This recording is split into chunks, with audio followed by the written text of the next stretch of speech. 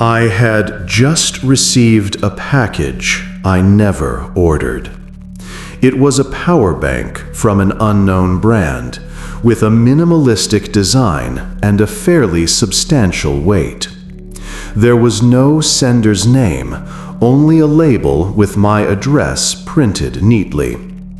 At first, I thought it was a gift from one of the e-commerce sites I frequently shop from, or perhaps a product sample from some brand. Curiosity overcame my wariness. I opened the packaging and plugged the power bank into my phone to charge it. Nothing seemed strange, just an ordinary power bank, I thought. The days passed as usual. I used the power bank a few times, and its performance was quite good. However, small oddities began to appear, almost unnoticed. The ads on my social media suddenly became extremely specific. They weren't just for products I had searched for, but for things I had only thought about or discussed in a low voice near my phone.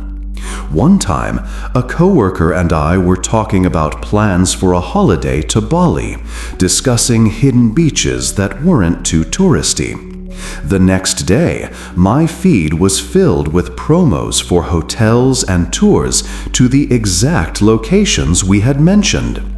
I felt a little uneasy, but I still tried to convince myself it was just a coincidence, a sign of increasingly sophisticated algorithms.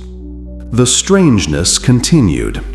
Email notifications started pouring in for accounts I never created. A newsletter sign-up confirmation from a shady investment site. Then, a welcome message from a dating app I was sure I had never downloaded. I tried clicking the unsubscribe link in every email, but it felt like putting out a small fire while a bigger blaze was raging behind me. My worry began to pile up. Something was wrong. I started checking my search history, location history, and the list of apps on my phone. Everything seemed normal, too normal. The climax was when I received a text message from an unknown number. It was brief. "Don't forget to drink enough water today. You look lethargic." I froze. That day, I did feel unwell, dizzy, and a bit nauseous. But I hadn't told anyone. In fact, I had canceled a client meeting with a vague excuse.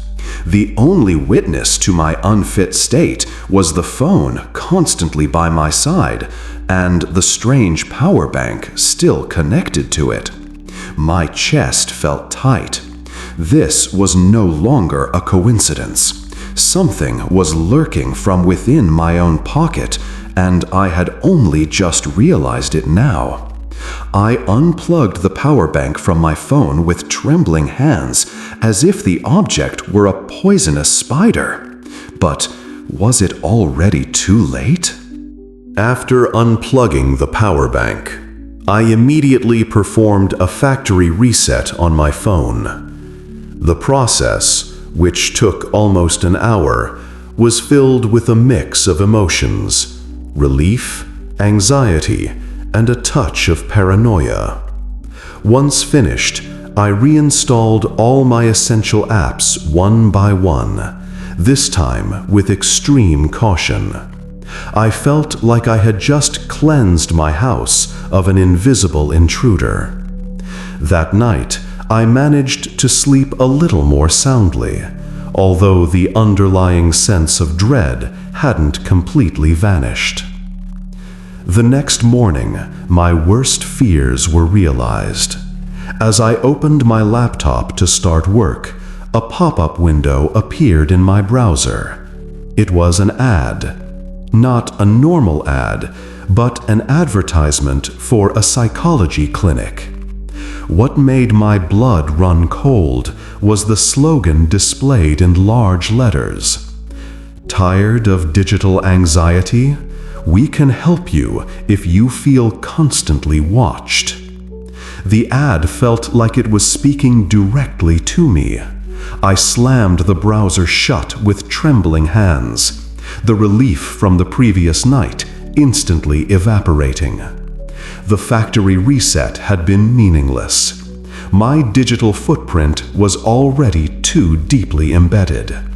Or perhaps they had already found another way to follow me. The small, unsettling incidents continued. I started receiving spam emails addressing me by my childhood nickname, Byam, which I hadn't used anywhere online since high school. Then another package arrived, a generic smartwatch. This time, I didn't dare open it. I just stared at the brown box at my doorstep, a wave of nausea rising in my stomach. This was no longer about targeted ads. It had become a sort of one-sided conversation, a terrifying joke where I was the punchline, and the sender was enjoying every second of my fear. The climax of it all happened on Friday night. I was relaxing, watching a thriller on my laptop, trying to forget my worries. Suddenly, my laptop turned off by itself. The screen went black. Before I could even curse, text appeared on the black screen, simple and white, just like the empty I know file from my previous story, but this time more direct. Don't forget, Byam. We're always here. My laptop booted up again on its own, returning to the normal desktop as if nothing had happened. But I was frozen in my chair, my body cold, my breath caught in my throat. This was no longer hacking. This was terror. They weren't just collecting my data. They were demonstrating their power. They had access to almost all of my devices. They knew my name, my anxieties, and now they were playing with them. I stared at my laptop and the phone beside me, the two objects central to my life, and for the first time, I felt truly afraid of them. They were no longer just tools. They were windows through which something, or someone, malicious was peering into my life, and I had no idea how to close the curtains. It all started with the digital banking app I use. One Monday morning, as usual, I opened the app to check my balance after the weekend. The amount made me pause. There was an additional 5 million IDR that wasn't from any transaction of mine. I frowned, opening the transfer history. It read, "Incoming transfer from A.N. Prosetio. Description, service maintenance fee." I didn't know any Prosetio, and I certainly never offered any maintenance services. I contacted the bank's customer service. After a long wait and being transferred to several departments, an officer with a tired voice explained that it was probably a sender error. "Your balance didn't decrease, right? It increased. Usually there will be a correction in 1 to 2 business days," he said. That made sense. I tried to forget about it. But the correction never came. Instead, 3 days later, there was another incoming transfer. This time, 2.5 million IDR. From the same name, A.N. Prosetio. Description, spare part replacement. Now my heart was pounding. This wasn't a mistake anymore. This was like a payment for something. I decided not to touch the money. I let it sit in my account like a poisonous spider hiding in a corner. My worries began to take shape. Who is this Proseccio? Maintenance and spare parts for what? My mind wandered to strange things. Was this related to my old laptop that I sold a year ago? Or the used car I bought last month? But there was no Proseccio in any of those documents. The strangeness seeped into the real world. On the same day as the second transfer, a small package arrived at my office. A plain brown box, no sender label. Inside was a generic black USB flash drive. No note, no explanation. It felt like receiving a miniaturized bomb. I put the flash drive in my desk drawer, not daring to touch it. But its presence felt burning, as if emitting dangerous energy. I started checking the security camera in front of my house, feeling watched. My ordinary life was suddenly filled with big, scary questions. Who is behind all this? And most importantly, what service do they think I have provided for them? Or worse, what service will they ask from me? The flash drive sat in my desk drawer for a full week, like a small grave holding a mystery. Every time I opened the drawer, my eyes were drawn to it, and the gnawing curiosity almost overcame the fear. The money from A.N. Proseccio was still in my account, unmoved. I had reported it to the bank again, but they just shrugged, saying without an official request from the sender, they couldn't do anything. I was trapped. On a quiet Friday night, when the office was almost empty, curiosity finally won. With trembling hands, I connected the flash drive to an old laptop that wasn't connected to the office network. My heart pounded like a drum. It contained only one file, a spreadsheet named inventory_P_004.xlsx. I opened the file. It was a long list. The first column contained names of people I didn't know. The second column had bank account numbers, including my own, bolded.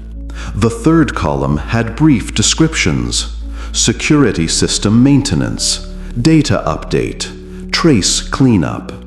The entry for my name read service maintenance fee and spare part replacement. The last column had dates, and for my entry, 2 dates matched exactly with the transfers I received. I didn't understand. This was like a payroll for criminal work, and my name was on it. Did they get the wrong person? Or was my identity being used for something? My mind was in turmoil. Suddenly, a chat from the office's internal instant messaging app popped up on my other laptop. It was from my coworker, Andy, who was working overtime on the upper floor. "Bro, you're online? Why is your old laptop suddenly active on the network? I see it on the list." My blood ran cold. I frantically unplugged the flash drive. This old laptop wasn't supposed to be connected to any network. I yelled back to Andy, "Impossible! I'm using that laptop for testing something offline." "Damn, that's weird," Andy replied a few seconds later. "But just now there was a small data packet sent from it to an external IP address. I thought you were sending a file." I stared at the black flash drive in my hand in horror. That thing wasn't a passive storage device. It was designed to secretly connect to any available network and transmit data upon connection. What data had just been stolen from the old laptop? Or worse, did it just install something on my computer? The next day, a third transfer came in. 10,000 million IDR from the same AN Prosecco. The transfer description was just one word: contract. I felt nauseous. This was no longer about misdirected money. This was a payment. And contract meant I had accepted the terms. I didn't know what the contract entailed or when I had signed it. But someone out there believed that I now worked for them. I had become an employee who never applied for a job I didn't know, with a boss I had never seen. And most terrifying of all, I didn't know how to resign. I am not an important person. I live an ordinary life as a freelance video editor. My involvement with them began unconsciously, like water droplets eroding stone. It started with just small disturbances. Login attempt failed, notifications from social media accounts I rarely opened. Then spam messages addressing me by my full name, Fajar Adi Pratama, something I only use for official documents. Then something stranger happened. An Instagram account named @Fajar_Adi_Pratama official suddenly appeared. It wasn't my account. Its pictures were cropped and edited versions of my profile pictures, made to look similar but not exactly the same. Its description read, "Life enthusiast, digital creator, your daily dose of inspiration." I reported it for impersonation, but my report was rejected due to insufficient evidence that it was an identity violation. I tried to ignore it, thinking it was just a silly bot account, until one evening I was tagged in a post from that account. The post was a photo of a sunset at Uncle, a place I actually frequent. The caption, "Missing the piece here. Who wants to join? #throwback. #missing the beach." What made me freeze was a detail in the photo. In the lower left corner, a part of my car's distinctive seat with a small tear, a unique feature, was visible. It was my photo, taken from my gallery. In a panic, I opened my phone and checked my photo folders. Everything was still there. But how did they get it? I tried to remember. A few days prior, I had connected to a free public Wi-Fi at a cafe while working on an urgent project. Or maybe it was from a third-party photo editing app I used. Or could it be from one of the many giveaway links I had casually clicked on? I didn't know. All I knew was that another me was living in the digital world, casually sharing pieces of my real life, and I had no control over it. It felt like watching my own shadow rebel and live independently. I tried desperately to get the fake account taken down. Every time I blocked one, a new one would pop up with slight variations of my name. @fajar.adi.real, official _ Fajar Pratama. They were like mushrooms in the rainy season. What was more terrifying was that their content began to evolve. They weren't just stealing my photos anymore. They were starting to create a narrative. A short video appeared on one of the accounts. It was just a clip of my hand holding a camera, taken from an old, unpublished vlog of mine. However, a new audio track had been added. A voice that sounded almost like mine, but flat and slightly robotic, saying, "Sometimes I'm tired of all this, just want to disappear." I was in a full-blown panic. This was no longer just impersonation. This was a systematic takeover of my identity. I contacted the cyber police. The process was slow and bureaucratic. They told me to gather evidence. Meanwhile, he was getting worse. A close friend, Ronnie, called me, sounding confused. "Jar, why did you block me on WhatsApp?